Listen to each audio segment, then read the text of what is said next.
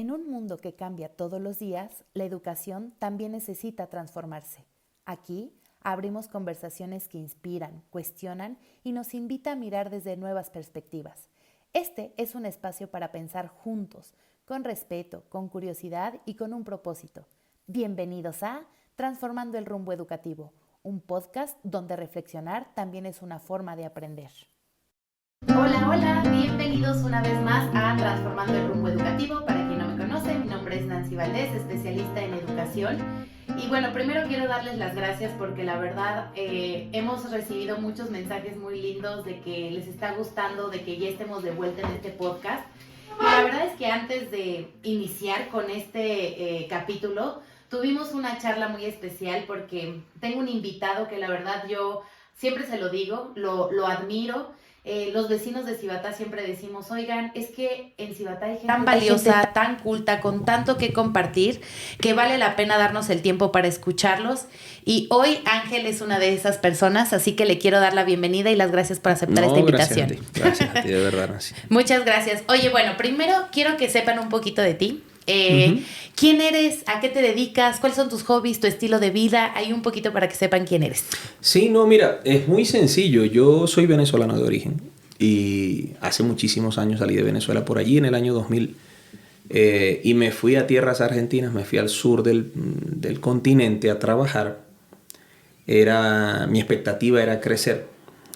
Todos ustedes saben por las noticias y todas las dificultades que han habido en mi país de origen. Y en el momento que yo salí no era así. Todavía no estábamos en ese embrollo y salgo más bien a buscar futuro, a aprender fuera de las fronteras del perímetro venezolano y ya no pude volver. Estuve 5 años navegando por el sur en varios procesos. Yo soy ingeniero electromecánico y muy dedicado a mi ejercicio profesional y me dediqué en ese entonces en el sur a desarrollar pozos petroleros para la parte de gas, todo lo que era la generación de gas en la Patagonia argentina, en la Patagonia chilena. Luego de casi 5 años de atender esa parte del sur, entonces llegó la oportunidad de venir a México para empezar a diseñar y a perforar los primeros pozos de aguas profundas, porque México es un país productor de petróleo, pero productor de petróleo en aguas someras.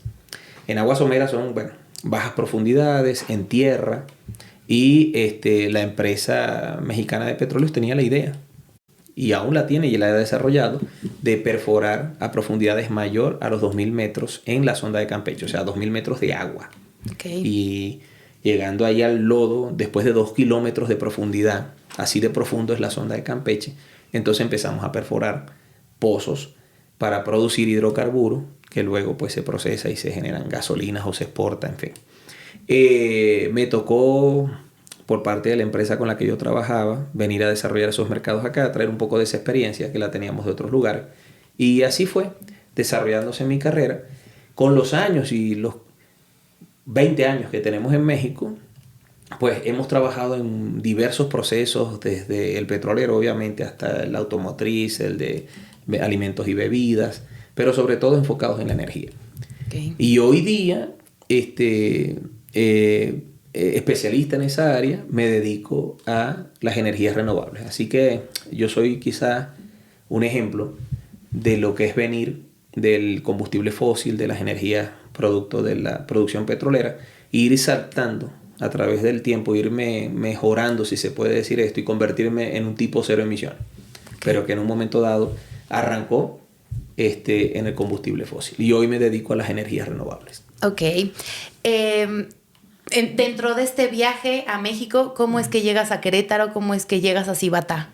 Bueno, es interesante porque Cibatá es un descubrimiento. Todos los días descubrimos cosas, pero en el caso de Cibatá fue básicamente que estando con la empresa que estaba en el momento de la pandemia, en el año 2020, cuando empieza todo este problema de la pandemia, pues todos tratamos de buscar un espacio más amplio, buscar respirar mejor, buscar más calidad de vida. Nos habíamos dado cuenta que viviendo en la Ciudad de México, como era mi caso, por 17 años, por 16 años, pues vivíamos en un buen departamento, cómodo, que ahora está alquilado, por cierto. Pero esos departamentos rentados, en ese momento, como no había un encierro, pues tú sentías quizás que era un espacio suficiente. Cuando viene el encierro, tú empiezas a reflexionar sobre la posibilidad de ir a un sitio que te permita respirar, que te permita caminar, pero sobre todo que te permita hacer comunidad. Una de las cosas que vimos en la pandemia fue que si estábamos solos en nuestras comunidades, en grandes ciudades como la Ciudad de México, en la pandemia estuvimos más solos todavía. No había forma... Yo pensaba que era normal que en el piso del edificio donde vivía, que habían 4 departamentos, pues yo no conociera a ningún vecino después de 14 años viviendo allí. En la pandemia eso me lo cuestioné. Entonces, mi hija terminó en el año 2020, o estaba terminando, su prepa, su preparatoria. Y me dijo, papá, ella estaba en la preparatoria Anáhuac, yo quiero, o me han hablado del campus Anáhuac en Querétaro. Y dije, ¿por qué no? Vamos a verlo, puede ser una posibilidad. Y fue a través de esa visita a la universidad, cuando ella estaba en el cuarto de prepa, wow, que me dijo, mira, esto es diferente a la Ciudad de México. Aquí no tendría yo que estar en una cola metida perdiendo el tiempo en una fila de autos con mamá o contigo o yo misma. Y se respira mejor. Yo quisiera estudiar aquí. Yo tomé esas palabras y le dije, mija, yo quisiera vivir aquí. Entonces, en ese momento empezamos a buscar y hicimos el cambio. Obviamente yo trabajaba para una empresa internacional y poco a poco fui armando la estructura, los cimientos para poder entonces trabajar de forma híbrida. Y la pandemia ayudó mucho en eso, ¿no? Una de las cosas que descubrimos en la pandemia es que sí se puede trabajar de casa. Otra cosa que descubrimos en la pandemia fue que no por trabajar de casa vas a estar aislado. Otra cosa de las cosas, se descubrieron muchas cosas. Otras cosas era que sí se podían hacer llamadas telefónicas y nos podíamos ver, ¿no? Que el desarrollo acelerado de las telecomunicaciones, que crecieron más de un 20% durante la pandemia, crecieron tanto como Amazon y cualquier otra empresa de estas entregas a domicilio, nos ayudó a entender que teníamos que cambiar. Teníamos que cambiar y que Cibatá representaba ese cambio. Y por eso estamos aquí. Desde que llegamos, comunidad, desde que llegamos, participación, desde que llegamos, nos conectamos otra vez a esa vida que habíamos perdido en algún punto, que es la vida del lugar donde crecimos, ¿no? Por lo menos yo, que soy un hombre un poco más de 50 años, crecí en una cosa como Cibatá. Crecí en una urbanización que estaba cerca de la playa, en Venezuela, que conocíamos a la señora del frente, que conocíamos a la señora que hacía los tamales, que hacíamos las fiestas patrias, en fin. Y eso, de alguna manera, se había perdido, ¿no? Yo siempre hablo mucho como parte de mi formación como educadora acerca de justamente esto que mencionas, el colaborar, el saber ser vecinos, pero cómo esto se logra en una vida integral. Al final tú nos cuentas, ¿no? Oye, yo soy ingeniero, soy alguien que, pues el ingeniero es un perfil que piensa mucho, que razona mucho, pero también conozco esta otra parte de tu vida en donde también la parte espiritual, el acompañamiento con la fe, con el equilibrio espiritual, es algo que también te distingue y que también siento que en esta comunidad te ha venido muy bien para esa calidad de vida que dices, yo la quiero, ¿no? Sí. Cuéntanos un poquito acerca de esa parte tuya. Esa parte tiene que ver con un par de preguntas que tú te haces en cierto momento de la vida. Mira, no hay crecimiento sin dificultad. Es imposible crecer sin dificultad. Una historia muy vieja que recuerdo del Buda, yo soy budista desde hace 20 años, es que precisamente aquel hombre que le oraba a su Dios y le decía que no quería que el trigo que había sembrado se dañara, que por favor no hubieran lluvias, no hubieran vientos, no hubiera más agua de la necesaria del cielo, no hubiera más sol del necesario porque el trigo se quemaba, si había mucha agua se ahogaba, si había mucho viento se rasgaba, se desprendía y entonces la cosecha no era buena. ¿Okay? Ese Dios, que no sé si fue Tlaloc, habría que ver, ¿no? Le concedió a aquel hombre una situación climática especial. El sol regulado, la lluvia nada más tantita para regar, ni inundar el trigo, el viento calmado. Dice que el hombre tuvo una cosecha fantástica. Cosechó muchísimas más toneladas o lo que sea que ustedes quieran, o sacos de trigo como los que nunca había cosechado. Pero después llevó ese trigo al mercado y lo vendió, y quien lo tomó, lo procesó, lo molió y empezó a hacer lo que sea el pan con él, se dio cuenta que ese pan no sabía nada. El pan estaba flojo, el pan no tenía gusto, no tenía sabor, la masa era diferente, era pálida, le echaba la levadura y no crecía. Y ese trigo era un trigo que no había estado expuesto a los elementos de la vida a los que tenía que estar expuesto, y por lo tanto no había desarrollado un grano fuerte, un germen fuerte, un gluten fuerte, y los panes ni siquiera levantaban. Entonces, la única forma, y es una paradoja, se llama vida, la única forma de poder crecer es a través de la dificultad. Si no hay dificultades, no hay crecimiento. Y entonces esto me ha pasado muchas veces en la vida, trabajando en el mundo petrolero y en el mundo corporativo. Lo que hay es una cosa que llaman estrés. Pero está fácil tirar todo en el lago del estrés, ¿no? El estrés, el charco ese, lo tiro todo ahí. Es que eres feo porque tienes estrés. Es que eres blanco porque tienes estrés. Es que se te cayó el pelo por el estrés. Todo te pasa por el estrés, pero y la mitad de las cosas en realidad no pasan por estrés. La mitad de las cosas pasan porque las cosas que hacen no tienen sentido para ti. Entonces, no importa si tú estás trabajando en el corporativo más sacrificado, más dificultoso, más complejo, más lleno de chismosos, lo que sea. No importa si tienes la situación más difícil en la vida. Si todo lo que estás enfrentando no tiene sentido para ti, no es el estrés, es simplemente una falta de sentido en tu vida. Y yo me tuve que hacer esas preguntas varias veces cuando estaba en esas plataformas trabajando día y noche.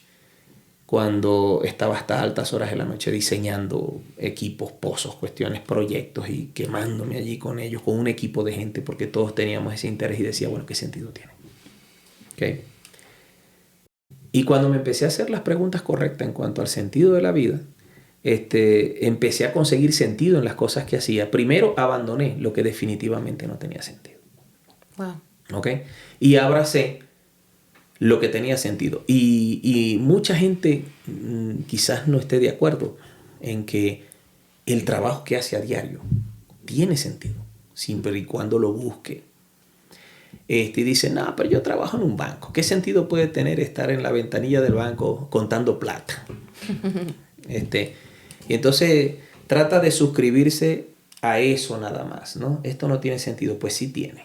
Desde que salimos a la calle, el sentido más importante en la vida es precisamente colaborar con los demás en su mejoramiento, así sea desde la ventanilla del banco. Ahí yo siempre le pongo este ejemplo a un oficinista de un banco muy conocido aquí en Querétaro, con el que voy y siempre lo saludo, y me dice, doctor, usted siempre se está riendo. Y yo, sí. ¿Por qué? Porque yo no salí a la calle a amargar a la gente. Imagínate tú. El sentido de mi vida no puede basarse en salir a la calle, hacerle caras a todo el mundo y a amargar a la gente. Me quedo en mi casa. Si voy a salir a la calle, es por lo menos a tratar de colaborar con los demás. Entonces sí, sonrío todo el tiempo y trato de apechugar, pero digo, no me pueden ver mal, no por mí, sino porque no puedo amargar a los demás. Entonces, el sentido amplio tiene que ver, si yo voy a esa corporación, a ese trabajo, a ese sitio con dificultad, si me toca trabajar en un sitio de noche, si soy enfermera y estoy quemada toda la noche atendiendo enfermos y es difícil, recordar que estamos allí para procurar que los demás estén mejor.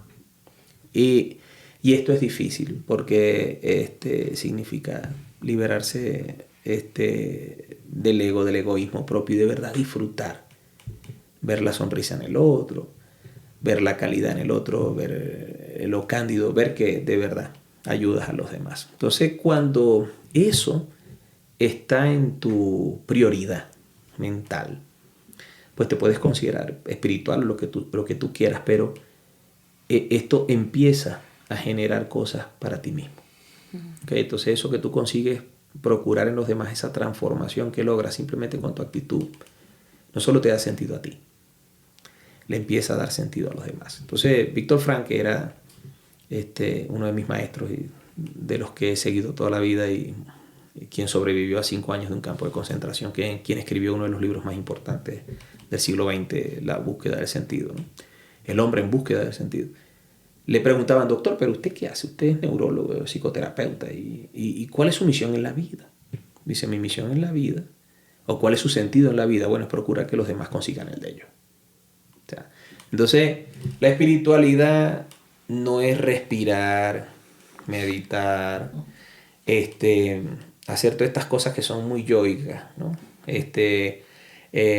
Ser vegetariano. Hay algunos veganos que tienen una cara que es lo, Dios mío, de verdad, pobrecito, que le falta proteína al tipo. No, eso no es ser espiritual. Lo espiritual es vivir hacia el otro, hacia afuera. Y no importa, o sea, vivir hacia el otro, estar en contacto con el otro. Siddhartha te da esa oportunidad. Siddhartha es un lugar increíble para ayudar, para convertirse en un ser espiritual. Estar en contacto con el otro, ir hacia el otro, hacer sonreír al otro, convivir con el otro, ayudar al otro. Ahí es que está la espiritualidad. Entonces, pero bueno, tú ves a la gente en las poses aquellas de leche de soya. ¿Ustedes han escuchado cuál es la pose de leche de soya? No. Vean todos los documentales de la leche de soya. De la leche A, no tengo nada en contra de la leche de soya, ¿okay? Me gusta, está muy buena, pero prefiero la leche de vaca. Pero ustedes ven que en todas esas fotos, en toda esa publicidad de la leche de soya, del aceite de oliva, siempre sale gente meditando, haciendo los mudras y esto, ¿no? Porque implica que si yo tomo esta leche me voy a calmar. Pero resulta que no. El mejor comercial de la leche de soya quizás sea una persona recogiendo basura de la playa. Leche de soya fulana y la gente recogiendo basura en la calle. Eso definitivamente quizás vendería mucho más. Que dice, no, que tome leche de soya, recoge la basura en la calle, se convierte en gente, y ayuda, ¿no? Recoge la basura de la playa. Así que así lo veo. Y es la forma en la que he podido yo navegar, y cada quien tiene su estilo y su forma. El mundo corporativo, el mundo frío de la economía y el dinero, y la espiritualidad personal. Justo creo que cuando tienes este entendimiento de la vida y lo encuentras y encuentras ese propósito, empiezas a ver más allá. Sí. Y entonces desde ese más allá, la comunidad, el lugar en donde vives, no nada más es pues porque mi casa es bonita, porque el paisaje es bonito. Empiezas a ver justamente la problemática de lo que puede haber, porque todos hablamos de lo maravilloso que es estar acá, pero también reconocemos que hay muchas otras cosas que no funcionan, tanto desde el colectivo como seres humanos, ¿no? Las quejas, los reclamos, el de quién depende la responsabilidad de que algo ocurra o no. Y uno de los temas más sonados justamente es el del agua. Por toda esta necesidad, y parte de la educación y parte de ser consciente y parte de que te importe no nada más es quejarte, es hacer algo al respecto. Y antes de empezar a grabar, nos estabas compartiendo acerca de tu visión y de tu nivel de conciencia y de apoyo que estás con respecto al agua. ¿Qué nos podrías contar acerca de esto que estás haciendo ahora con respecto a este tema que, bueno, en Siddhartha es algo que realmente ocupa y preocupa? Sí, mira, hay un ejemplo que quiero hacer, digamos, para que la gente visualice mejor esto del problema del agua, del costo del agua, del precio del agua, de la escasez del agua, de lo que nos han dicho va a pasar con el agua en los próximos 10 años o 5. Pueden ser cierto o no, pero ahí está. Recientemente en Siddhartha ustedes han visto que en todas las glorietas ha estado la policía municipal midiendo la velocidad, los límites de velocidad, multando gente frente al HIV, una cosa de locos, ¿no? Porque esta es la urbanización, y cómo es posible que alguien se meta en Siddhartha a multarnos frente al HIV, no manches, de verdad que está loco, ¿no? Y te mira el policía así con el medidor infrarrojo. Y dice uno, güey, no puede ser. Está la policía aquí, no me pasen la 57 y me pasen Siddhartha. A huevo, está súper increíble. Entonces, y viene y está el policía. Y está esta situación. Es increíble que en nuestra casa, en nuestra urbanización, esté un policía municipal midiendo la velocidad. Lo que no nos pasa en la federal. No nos pasa en la cuota. Y lo están haciendo en Siddhartha. Sí. Pero más increíble es ver que se volcó el carrito, un carrito de los perros que llevaba los perritos, que es la guardería canina, que hay varias, y chocó, le llegó a otro coche aquí en la Glorieta tal, y estuvo la policía, la veterinaria, todo el mundo, porque habían perritos en fin, y entonces chocaron en Cibatá, y gente que se voltea en la Glorieta que está frente a Plaza Cielo, se volteó, y la pregunta siempre es la misma, ¿no? Coño, ese carajo se volteó ahí, ¿cómo logró alterar las leyes de la física? Es que es imposible voltearse en la Glorieta de Cibatá, pero este carajo se volteó como si fuera 120 kilómetros. Coño, ¿cómo lo hizo? O sea, mi pregunta no es por qué se volteó, mi pregunta es cómo lo logró. Entonces, lo mismo pasa con el agua. Entonces, fíjense, para que nosotros tengamos que ir a 40, 50 kilómetros por hora en Cibatá, en tu casa, tienen que poner un policía con una pistola infrarroja. El problema del agua es el mismo. El problema del agua no es un problema de Querétaro, no es un problema del país. Y obviamente la gente va a decir, claro que sí, porque los políticos nunca hablan de la solución del problema del agua. El problema del agua es un problema personal, es un problema de cada uno de nosotros. Yo he puesto, antes de que empezaran a grabar, conversaba precisamente de muchas ciudades como Ciudad del Cabo, en Sudáfrica, donde en un momento dado el gobierno dijo, ¿saben qué? Este pedo del agua, y disculpen el francés, pero este pedo del agua no es pedo mío. Yo no lo voy a resolver. El pedo es que ustedes botan agua, aquí no hay agua, aquí no llueve desde hace 5 años. Ustedes verán qué van a hacer. Tenemos agua hasta el día tal. ¿Ok? Y la gente en Johannesburgo, en Ciudad del Cabo, dijo, y vamos a hablar con el presidente de la capital. No. Ni Mandela, ni el primo de Mandela, nadie los va a ayudar. O sea, no hay agua. El día cero es este día. Mucha gente, ante esa verdad, se mudó, se fue. Se mudó a otros lugares que había más agua. Y otros dijeron, ¿qué hacemos? No, aquí lo que hay es que ahorrar el agua. Y la gente entonces se planteó que el agua era un problema personal. Que ya el político había bajado las manos y les había dicho, ¿saben qué? Si quieren no votan por mí. Pero aquí el problema del agua es tuyo, no es mío. Y entonces la gente empezó a tomar baños de 5 minutos. Y entonces la gente, pero en verdad lo empezó a tomar. En las casas, la mamá, el papá le decía, no hay agua. Nos dijeron que para el año tal, del día tal, nos morimos. Así que te vas a bañar en 3 minutos. ¿Okay? Empezó a captar la poca lluvia que caía. Empezó a usar el agua servida de la lavadora para regar el jardín. Empezó a hacer un montón de cosas. Y cuando llegó el día y la fecha de la hora cero, porque así la llamaron en Ciudad del Cabo, pues había agua. Y había agua para los próximos 10 años. Desde entonces se ha establecido una cultura donde el agua se aprecia, se cuida, se quiere y es un problema personal. Entonces vuelvo a lo del velocímetro, ¿no? Entonces yo venía a mis 40, 50 kilómetros por hora. Y me pasa un vecino por el lado. ¿Qué pasó? El carajo pasó como a 90, 100. Porque es que no se puede correr más, si no destruye las leyes de la física. Y entonces, pasó. Y yo iba con mi esposa. Y mi esposa dijo, ese desgraciado, ¿por qué va a 90? Lo van a multar. Ojalá le pongan 5 multas. Y este policía allá adelante con la pistola infrarroja. Y yo iba tranquilo manejando esas cosas. Después de 28 años de casado, uno es espiritual o es espiritual. Tiene muchas posibilidades.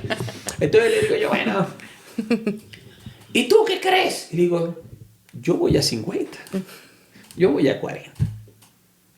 El que va a 90, 100 es él. Entonces el otro problema es que tú no te puedes, porque si no, no vas a apreciar la vida en Cibatá, ¿no? La vida en este paraíso. No la puedes apreciar si te amargas por lo que hagan los otros. Entonces no se trata de que el gobierno resuelva el agua, no se trata de que Nancy ahorre el agua, se trata de que yo la ahorre, se trata de que yo vaya a 40 kilómetros por hora, se trata de que yo separe la basura. Esto es un problema personal, en todos los aspectos. Y ese sería, digamos, el mensaje medular. Llévalo del agua a cualquier otra actividad, pero es lo que hagamos nosotros individualmente. En esta parte donde hablas ves un problema personal y cómo lo concientizamos desde ese lugar, ¿tú qué estás haciendo? Igual, yo tengo, por ejemplo, me compré un relojito. Fui a visitar a mi hermana en Inglaterra hace un par de años o más. Después de la pandemia recién se dejaban salir y fuimos a verla porque tenía mucho tiempo que no la veía. Y entonces le dije, ¿sabes? Ellos en Londres ahorran el agua, imagínate, el agua en Londres cuesta carísima y tienen el mismo problema y se va a acabar y tal. Y tienen al lado un río. Y el río Támesis era uno de los ríos más contaminados del mundo. Hoy día es casi potable. Les tomó 15 años potabilizar, bueno, limpiar el río con la empresa de agua de Londres que se llama Aguas del Támesis. ¿Okay? The Támesis Water Company. Entonces ellos limpiaron el río. Hoy día la gente puede volver a nadar en el Támesis. Y Londres es una ciudad fundada como Ciudad de México con una historia de más de 1000 años. Entre Tenochtitlan y la colonia. Londres tiene 1300 años de asentamiento. Y hace 3 siglos había una epidemia por año que diezmaba a la mitad de la población. Y obviamente el río era un chiquero porque pues, la gente todo lo tiraba allí. Hoy, en el año 2025, con 300% más de población, el agua está mucho más limpia y mucho más potable que hace 200 años cuando era menos. ¿Qué sucedió? Lo mismo, la gente dijo, es un problema personal, dejó de botar la basura en el río. Hicieron una fundación para crear Aguas del Támesis. Aguas del Támesis empezó todo un proceso de saneamiento, pero la gente ya no le iba colocando cosas. La gente empezó a separar la basura. Bueno, hicieron todo un trabajo y tomó 15 años. Y hoy el agua en el río está tan limpia como para que la gente ya ahora vuelve a nadar, vuelve a hacer actividades acuáticas, cosas que estaban olvidadas en ese río. Pero en la casa se sigue cuidando el agua, con el reloj de los 5 minutos. Entonces me compré un relojito de eso. Lo vendían en todos los tianguis. Llegaba y decía, quiero un reloj de 5 minutos para el baño. Tienen unos inclusive de botón. Lo pones y le das un botonazo, pum, y corre los 5 minutos. Okay. Me costó una tontería. Costaría, no sé, 30 pesos, una libra esterlina. Lo traigo. Entonces lo tengo ahí en el baño. Ponía mis 5 minutos, aprietas y empieza a correr el cronómetro. Y entonces es antiagua, obviamente le cae agua, pero tú estás viendo ahí, me bañé, me enjaboné y ahora me saqué el agua y tal, listo. ¡Pum! Terminé en 4 minutos, terminé en 3 minutos. ¿Qué pasa? Llega un momento en el que no miras el reloj. Ya te acostumbraste a que ya entré a lo que entré. ¿Okay? Pero ustedes en sus casas seguramente tienen algún hijo adolescente, ¿no? o adulto joven que entra al baño y piensa que se va a casar. Sí, porque entonces en mi tierra decían, no hombre, está en el baño hace 4 horas, se está echando un baño de novia. ¿Te piensa que se va a casar? Y está ahí enjabonándose y canta. No, coño, no, pero la segunda de Luis Miguel y me salgo, ¿no? Dice, bueno, la rola dura 3 minutos, se chingó el baño. Se chingaron los 5 minutos. Entonces, este tipo de cosas son las que yo hago en casa. Empezó la lluvia, compré un recipiente reciclado que me costó 150 pesos para 150 litros de grado alimenticio, lo puse en el patio de mi casa y todo el agua se recolecta allí. Y no, cuando le decimos a la gente captación pluvial, la gente dice, seguro que necesito un aparato, un mega embudo o algo electrónico o una bomba. No, necesitas un bote, hermano. Lo pones ahí en el patio, cerca de donde chorrea el agua, y llenas ese bote. Y esa agua la usas para el sanitario de la parte de abajo. No tienes que subir la escalera, pues si no quieres, pero la usas para ciertas cosas. Riegas en los días que no hay agua. Y entonces esas son pequeñas acciones que van poco a poco instrumentalizando la solución del agua, pero empiezan en la casa. La solución del agua no va a ser hacer 20 pozos más y para que haya más agua para que la sigamos desperdiciando. No tiene sentido. Eso no va a pasar. ¿Okay? Los riegos. El riego en la casa. Llevar un control. Yo tengo jardín y lo riego, pero uso dispositivos de riego que prenden con un sistema automático que vale 200 pesos en las redes y encienden a tal hora en la noche cuando el agua riegan las plantas 5 minutos, 3 minutos y se apagó. Un día sí, un día no y mi patio está verde y mis plantas están bien. Inclusive en los tiempos de estiaje, si hay mucho calor, quizás esos 5 minutos se van a 7, pero con ese sistema de riego gastas muy poco. Entonces simplemente mira, vamos a olvidarnos de que hay un problema de agua en Querétaro y vamos a empezar a pensar que es un problema de agua que tenemos nosotros. ¿Ok? Cuando a ti te duele algo, entonces, pero te duele a ti, no le duele a los demás, entonces tú le dices al médico, es que me duele. Y el médico dice, ¿te duele? Sí, ¿dónde? Aquí, y te aprieta más duro. Y te duele ahí, coño, te dije que me dolía. ¿No? ¿Y por qué hace eso el médico? Porque no le duele a él. Porque si le doliera a él, te dice, te duele y a mí también, güey, ni te tocaba, ¿no? ¿Y qué hace uno? Va y uno se busca, le ponen una medicina según una patología del dolor, ¿no? El agua te tiene que doler. El agua te tiene que doler. El alimento te tiene que doler. Entonces la gente dice, es que yo soy francés, me como la mitad del plato y la otra la boto, porque si no dejo algo en el plato es de mala educación. Esas son tonterías que alguien inventó en un manual de Carreño, que por cierto el señor ese era venezolano. Pero bueno, creo que era petrolero, botaba todo. Entonces, no, la comida se come completa. Entonces, y como, si me serví esto, me como esto. Y si me baño en este tiempo. Entonces, desarrollar esa conciencia. ¿Qué pasa con la gente que está fuera con la economía? Bueno, como no quieres ahorrar comida, te la subo de precio para que compres menos. O sea, te hago más pobre para que puedas apreciar el alimento. Como no ahorras el agua, te la subo para que gastes menos. Y te obligo de manera económica. ¿Okay? Entonces eso es perverso. Pero es lo que hacen. ¿Y por qué pasa eso? Porque nosotros, en lo personal, no asumimos nuestro problema como personal. Si gastamos menos agua, ¿okay? A la gente de OQM no nos tendrían que subir el agua, tendrían que ver qué incentivos buscan para que gastemos más, pero no somos conscientes de esto. Ni tendrían que invertir en hacer más plantas y más pozos, porque con esto es suficiente. Y subirnos el precio por mantenimiento de sus máquinas o por bombear más agua. Entonces es una cuestión personal. Entonces cuando somos racionalistas de lo que consumimos, y no estoy hablando de no bañarnos, no tomar agua, estoy hablando de ser racionales, y racionales es ser cuerdos. Por eso a la gente le dicen que usted está siendo razonable. Y la palabra razonable viene de allí, de negociar, de entender, de calcular mentalmente las cosas a un punto que esté relativo a lo correcto. No correcto, porque eso no existe, la perfección, pero esté relativo a lo correcto. Soy razonable. Y el consumo del agua tiene que ser razonable, pero personal. Oye, y por parte de, profesionalmente hablando de la ingeniería y de todo este proyecto, traes un proyecto muy interesante. Sí. Cuéntanos un poquito de qué se trata. Traemos un proyecto interesante. Pues. Yo, como les dije, comencé entonces en esta empresa personal, en este emprendimiento de energías renovables. Y entonces, bueno, la energía renovable parte de tres fuentes. O hay varias, pero digamos las fuentes más conocidas que todos hemos visto paneles solares, módulos solares. Hemos visto molinos de viento, hemos escuchado de pronto algunos de geotérmica o de biomasa, ¿okay? Pero Querétaro y Cibatá, aquí en la punta del cerro estamos en un sitio privilegiado donde no tenemos casi sombra, tenemos muchísimo sol. De hecho, yo era rubio de ojos azules y desde que llegué a Cibatá. Tenemos color Cibatá. Sí, ya tengo color cubano de ahí de La Habana. Me gusta, por cierto, hacer café con leche, porque estaba muy blanco yo. Entonces, estas cosas, estando aquí, tenemos muchísimo sol. Así que el recurso solar aquí es importante. Tenemos muy baja humedad, por lo que hay mucho sol, pero si nos metemos debajo del arbolito y nos echamos fresco, ya nos refrescamos. Entonces, el clima en este lugar es fantástico.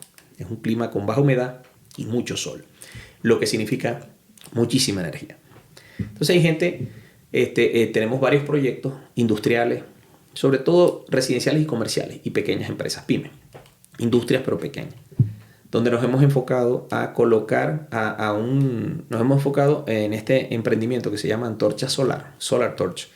Nos hemos enfocado a un término que se llama sustentabilidad total. La sustentabilidad total es un camino. Un camino, así como el camino al Tíbet. Es algo que te va a tomar un tiempo, pero eventualmente vas a llegar. En la sustentabilidad total, primero le damos a la gente, pues, la energía. Entonces ahí está la planta solar. Entonces, claro, usted pone paneles solares, pues sí, pero no es lo que... Es porque es más fácil en Cibatá, más económico y mejor poner paneles solares que poner un molino de viento o un generador de biomasa. Porque tenemos todo el sol, tenemos todas las condiciones. Entonces, tenemos módulos solares, tenemos esa planta solar. Ya tenemos la energía, tenemos la captación, tenemos la aprobación del Estado, de CFE, tenemos todo, ¿ok? Ya tenemos nuestro primer paso. Esa planta puede ser grande, pequeña, de un módulo, de dos módulos, de tres, no importa, eso puede crecer, los módulos pueden mejorar, de hecho mejoran como los celulares cada vez traen mejores características. Y partiendo de esa planta solar, Entonces tenemos una serie de equipos que van eliminando emisiones, ¿no? El calentador eléctrico, no solar, eléctrico. Solar, conectado a los módulos solares, ya no uso gas, ya no tengo emisiones. ¿Qué pasa si usamos menos gas? Bueno, gas natural, Engie, los camiones van a tener que bajar el precio porque ahora usamos menos gas. Entonces van a tener que competir con ofertas de valor, equipos de valor que nos van a ayudar a tener más ahorros en la parte de energía. Así que todo esto de usar el sol es muy conveniente. Pero saltándonos un poquito para responder tu pregunta, a partir de este año, en diciembre, recibimos un demo de un equipo fabricado en España que va a poder generar agua del sol. Le llamamos agua solar. Y es simplemente un equipo que tiene el tamaño de un enfriador de botellón, ¿ok? Que encendemos y que absorbe el aire y del aire retira la humedad, filtra esa humedad, la purifica y genera agua por un proceso de destilación controlado y purificado. Entonces esa agua es completamente no potable, lo que le sigue a potable. Es pristina, estructurada, se puede tomar. Y en Querétaro y sobre todo en Cibata tenemos cálculos que una máquina casera, o sea, residencial, va a estar produciendo entre 30 y 35 litros de agua diario. O sea que todas esas personas que están pagando mucho en Flanax por el dolor de espalda del botellón y todas estas cosas, ya pueden saber que tienen una luz al final del túnel, que el botellón sí puede desaparecer. Botellón, garrafón. Botellón. Mexicanos. Así, correcto. Botellón, garrafón o no sé, castigador también se le puede decir. Porque cuando yo usaba el garrafón, entonces una cosa, ¿no? No, y nos falta agua. ¿Y cuántos traigo? 5. Yo, 5 garrafones. No, porque en una familia de 4 se puede consumir tanto como eso. Sí. Entonces, bueno, vamos a tener agua solar. El problema del agua solar es que necesita energía. Entonces, si yo la enciendo y no tengo paneles solares, pues voy a gastar 1500 watt hora, que para que la gente sepa es más o menos que es encender un secador de pelo, como el que tienen nuestras esposas, ¿no? Así que sopla mucho. Y tenerlo encendido por 8 horas, ¿no? Entonces eso, primero le achicharraría el cabello a la esposa. Pero aquí en este caso, simplemente es mucho gasto de energía. Pero si tienes paneles solares, entonces absorbo eso allí y el agua me va a costar nada, el sol. Entonces mi primera inversión es esa y ya. Oye, Ángel, y todos aquellos que decimos, yo quiero, lo quiero intentar, ya quiero formar parte de estas mamás muy conscientes, ¿no? Donde todo el tiempo están, no te estés gastando el agua, apúrate, ¿no? Correteando, pero también quieren que sus hijos tengan esta conciencia, porque al final yo a dedicarme a niños más pequeños, también queremos generar, este es tu hogar, esta es tu casa, y como bien dices, si no la cuidas tú, nadie lo va a hacer por ti, ¿no? En algún momento ya no va a estar las inmobiliarias, ya no van a estar, colonos, ¿no? Subraterra, ¿no? Sí, hombre. Entonces, desde ese lugar es nuestra responsabilidad y las nuevas generaciones, que también ya hay más disposición a la conciencia de cómo yo cuido el lugar en donde vivo. Sí. ¿Cómo podríamos formar parte de esto que estás creando y tener esta iniciativa de decir, estamos listos, qué hay que hacer, cómo se invierte, qué se hace? Mi respuesta es un poco decepcionante. Ok. Pero bueno, la voy a lanzar y es algo que posiblemente no le guste a la gente escuchar. ¿Ok? Esto sigue siendo o está bajo el mismo esquema que hemos aprendido siempre, ¿no? Es el hombre que fuma y le pide a los demás que no lo hagan. Es el padre que es obsceno por la boca y le dice a sus hijos que no digan grosería. Es la madre que se emborracha y llega tarde de fiestas y le dice a su hija que tiene que ser responsable y no tomar porque el alcohol hace daño. Entonces, aquí la respuesta tiene que ver con cada uno asumir el mejoramiento de estos aspectos de manera personal. Entonces, lamentablemente, tus hijos, tus compañeros de trabajo, tus hermanos, mucha gente que está cerca de ti va a terminar tomando de ti lo que vea en ti. Así es. Entonces hay que pregonar con el ejemplo. Aquí se trata de esto. Entonces, ¿qué le diría yo a las madres en las casas? Si tú haces mucha comida, te van a desperdiciar comida. Si tú botas mucha agua, los niños se van a acostumbrar a botar agua. Entonces, la mejor educación es por modelaje. Entonces, mira, cociné, comimos todo, limpiamos los platos, aquí no quedó comida. Me bañé en 5 minutos, fíjate y tal. Pero es una cosa que yo tengo que hacer. Entonces, vamos de vuelta a la espiritualidad. Eso es espiritualidad. Hay un monje budista, muy amigo, Manju Bodhi, me dice, mira, la espiritualidad comienza cuando te levantas y haces tu cama. Arreglas tu cama, esa es espiritualidad. ¿Okay? Entonces, arreglé mi cama, tengo mi cosa limpia, mi cama ordenada. Eso, ahí empieza la espiritualidad, cuando empiezas a comprometerte contigo mismo. Así entonces, la respuesta es decepcionante porque todo el mundo quiere, no, entonces, ¿a dónde llamamos para que nos expliquen? No. Simplemente, obviamente hay guías, ¿no? Hay cosas que podemos, en las que podemos ayudar. Mira, aquí te pongo tu equipo, aquí te vendo esto, aquí hagamos este proyecto, hagamos esta reunión. Pero en realidad es un acto de contrición personal. Y a las madres y a los padres y a todo el que esté en una situación de liderazgo, necesitamos dar el ejemplo. Sí, para que estos cambios se generen. De acuerdo. Uh-huh. ¿Algo más para ir cerrando que te gustaría compartir con la comunidad de Cibatá con respecto a estas tres áreas, ¿no? La parte personal de qué es vivir en este paraíso, la parte profesional y la parte espiritual. ¿Cómo integrarías estas tres áreas con esta calidad de vida que hoy tú tienes? ¿Qué mensaje les podrías dar para decir, mira, a mí me ha funcionado y te lo comparto para? Mira, hay que definir eventos. Hay que definir eventos. ¿Qué es un evento? Un evento es algo que no son los del Hamadi, esos están buenísimos. Pero, y les invito a todos, este sábado tenemos, está buenísimo, vayan. Todos esos eventos son buenos. Pero ¿qué es un evento? Un evento es una ocurrencia, algo que sucede en un momento dado y a lo que yo le doy un sentido. ¿Okay? No todos los eventos son hábiles, no todos los eventos son cosas que nosotros quisiéramos. Se murió un familiar, pues son eventos, pero hay que definir eventos que definan nuestra felicidad. Entonces, espiritualmente, ¿cuáles son las cosas que ustedes quieren definir en Cibatá? Que signifiquen para ustedes vivir en Cibatá, estar felices aquí.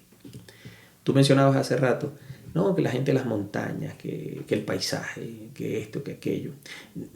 Te vas a asombrar de ver que hay gente que no se ha dado cuenta de las montañas, no se ha dado cuenta de las flores, se mudó para acá y ni siquiera se ha dado cuenta que vive donde vive, no ha apreciado las parvadas de pájaros que vuelan sincrónicamente todas las tardes, no ha apreciado la puesta del sol rojizo, porque allá en México sí la apreciaban porque el mariachi cantaba cielo rojo, cielo rojo cantaba el mariachi, entonces lo apreciaban, pero aquí como no hay cielo rojo o no hay nadie cantando borracho, entonces no sabemos, ¿no? No han apreciado las patas de vacas, como le dicen a estos árboles, que son orquídeas salvajes, brotan en blanco, morado, amarillo, en fin. Entonces, no ha apreciado ni siquiera el sol, o las nubes que se ponen con la niebla en esta temporada, que son impresionantes. Entonces, lo primero que hay que definir son eventos. Yo estoy aquí. ¿Qué eventos suceden a mi alrededor que me hacen recordar que estoy aquí? Eso es lo primero. Entonces, yo tengo eventos muy definidos. Yo salgo en las mañanas, a las 7 de la mañana, a caminar con 2 perros de los 5 que tengo, pero tengo 2 que son grandes y uno que es un gran pirineo, que es muy grande y muy bello. Y es un policía en la mañana, está listo, vamos, ¿no? Y salgo y camino hacia el nuevo Munchi, el parque nuevo donde está el pádel, y viendo el sol, respirando, viendo el sol, viendo el verde del pasto, que con mucho cariño esta gente corta, los artesanos que vienen, los jardineros, viendo las flores. Entonces, eso es algo que define, ese evento diario, define una de las grandes cosas por las que estoy aquí en Cibatá. Y es un detalle pequeño. Entonces, el evento, cuando mucha gente dice, mira, ¿cuál es tu hobby? No, mi hobby es viajar. Está frito, porque el día que no pueda viajar, porque se ponga anciano, porque se accidente, porque no tenga plata, entonces el tipo es triste. ¿Entiendes? Entonces, nuestra espiritualidad y vivir aquí en Cibatá la definen esos pequeños eventos. ¿Cuáles son los tuyos? Esa es la pregunta que le dejamos a la gente. ¿Cuáles son los tuyos? Profesionalmente lo que haces tiene que tener sentido. Y esta es otra cosa desagradable. Tengo que ir a la Ciudad de México, que ya me voy a devolver. Porque esa 57 uno sabe, es como un hoyo negro, uno entra no sabe cuándo sale. O si sale de una vez y la relatividad funciona distinto. Sí, porque yo visualizo a la 57 de Querétaro a Ciudad de México como un hoyo negro, de esos que definía el señor Hawking en su libro de los hoyos negros, que decía, uno entra al hoyo negro, no sabe cuándo va a salir del hoyo, no sabe si va a salir por el mismo lugar. O sea, esto significa que no sabes si vas a salir por el circuito mexiquense o vas a salir a la Ciudad de México. Ni en qué tiempo. El tiempo en la 57 es relativo, como diría el señor Einstein, completamente relativo. Pero si a ti te gusta lo que haces y tienes que ir a la Ciudad de México, ve y sé feliz. Y cuando vayas, en la 57 y entres al hoyo negro, visualiza tus montañas, mira, respira, oye buena música y crea un evento que te haga saber que esto que estás haciendo tiene sentido. Si aún así no tiene sentido, cambia. Entonces empieza tu búsqueda de otro empleo, de otro trabajo, de un emprendimiento, de algo. ¿Quieres emprender y no sabes cómo? Acércate con gente como uno que emprende y digo yo, bueno, yo emprendo así, ¿no? Y infórmate, pero trata de no vivir. Por favor, hazlo por ti mismo. 1 minuto más de esta vida sin sentido. No tiene sentido. Entonces, y para tener sentido hay que definir esos eventos. Entonces hay eventos espirituales. Hablábamos de ese camino en la mañana, de esa caminata. Para unos puede ser esa noche, para otros puede ser esa luna llena que se presenta una vez al mes aquí. ¿La han visto desde el Hamadi? Sí. Una cosa. Sí. Y la gente pasa y ve la luna llena ahí y está ahí, ¿no? Como un queso gruyere enorme, ¿no? Ahí en el Hamadi. Y la gente pasa y digo yo, ¿cómo la gente puede pasar frente al parque y no detenerse a mirar esa luna? Sí. Sí. ¿No? Y después llega a casa y dice, ¿qué pasó? Hay comida, güey. ¡Qué frío está haciendo! Unos pinches pendejos se voltearon frente a Plaza Cielo. ¿Cómo hicieron para voltearse frente a Plaza Cielo? La popó. Sí, ese chiví es el más caro de todo el mundo, güey. Sí es. Entonces no. ¿Viste la luna llena cuando pasaste frente a Inspira ahí al Hamadi? Entonces hay que definir eventos. Para poder disfrutar de Cibata y que valga la pena todo este esfuerzo, hay que definir eventos porque, por cierto, sí vale la pena. Sí, vale la pena. Sí vale la pena. Entonces, bueno, ese quizás sea este mensaje al cierre. Define esos eventos en tu vida aquí. Juntarte con el vecino, tomarte el tequilito, que definen de per se esa felicidad que sientes al estar aquí. Muchísimas gracias, Ángel. Bueno. Fue un placer. Gracias, Luis Carlos, por este espacio, por este momento. Así que nos vemos después. Muchas gracias a ustedes. Hasta luego. Chao. Chao.